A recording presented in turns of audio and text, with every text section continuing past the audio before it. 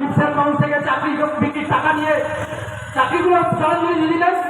আর প্রতিদিন আমাদের খবরের কাগজে এই অঞ্চলে কোনো না কোনো জেলা থেকে খবর আছে আমার ঘরের মা বোনেরা কেউ না কেউ নির্যাতিত হচ্ছে, এবং নির্যাতিত প্রত্যেকেই যারা নির্যাতন করছেন প্রত্যেকেই তৃণমূলের সদস্য, তৃণমূলের গ্রাম সদস্য, তৃণমূলের সমিতির সদস্য, তৃণমূলের অমুক, মানে তৃণমূলটা প্যাকেটে কমন। কি চলছে? মানুষ অনেকে বলেন বাংলার মানুষ ভুলে গেছে। না, বাংলার মানুষই তো রাজনীতি করেছে সারা দেশের মধ্যে। সারা দেশের মধ্যে যত লোক মারা গেছে স্বাধীনতা সংগ্রামীতে সব থেকে বেশি দ্বিতীয় স্থানে বাঙালি। পাঞ্জাবের পরে বাঙালি।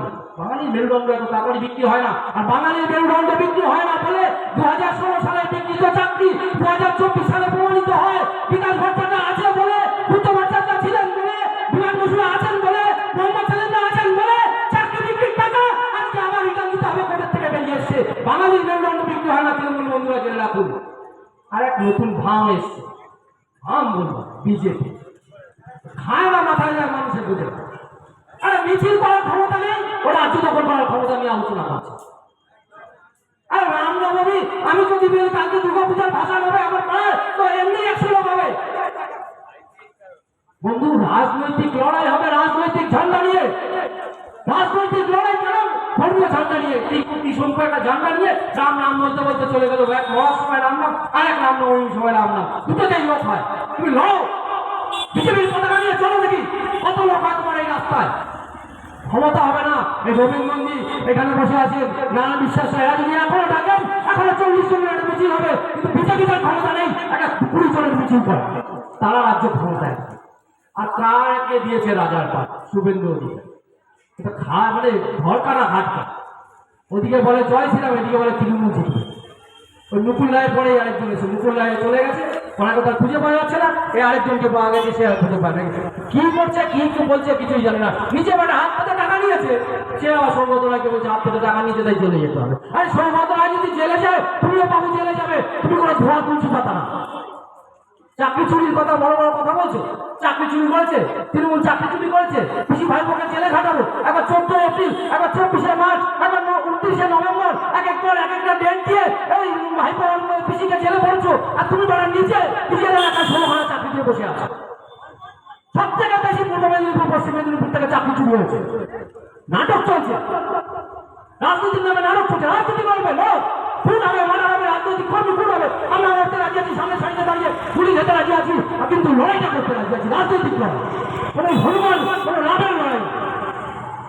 দুর্গা পুজো করেছি, ছোটবেলায় সরস্বতী পুজো করেছি, বাড়িতে লক্ষ্মী পুজো হয়, তুলসী মন্দিরে আমার বাবারা মায়েরা প্রতিদিন জোগাড় দেয়, সেসব নিয়ে হবে ধর্মনীতি। বাট রাজনীতি এটা নিয়ে হবে না যে তুমি একটা সতী শঙ্কু পতাকা নিয়ে তুমি রাম রাম বলবে, আর হাজার হাজার হাজার হাজার লোকের তুমি গিয়ে মিছিল করে বলবে এই যে বিজেপি এবার ক্ষমতা আছে।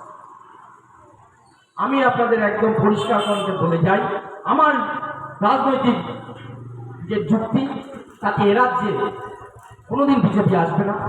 আর বিজেপি যতদিন আপনারা আসবেন ভাববেন, একদম পরিষ্কার বলে যায় আমার দল কি হবে না হবে আমরা শূন্য আছি, তাদের দুঃখ নেই। আস্তে আস্তে রাজনীতি করি, গর্বের সাথে রাজনীতি করি, ততদিন তৃণমূল যাবে না যতদিন আপনারা ভাববেন এই রাজ্যে বিজেপি আসবে।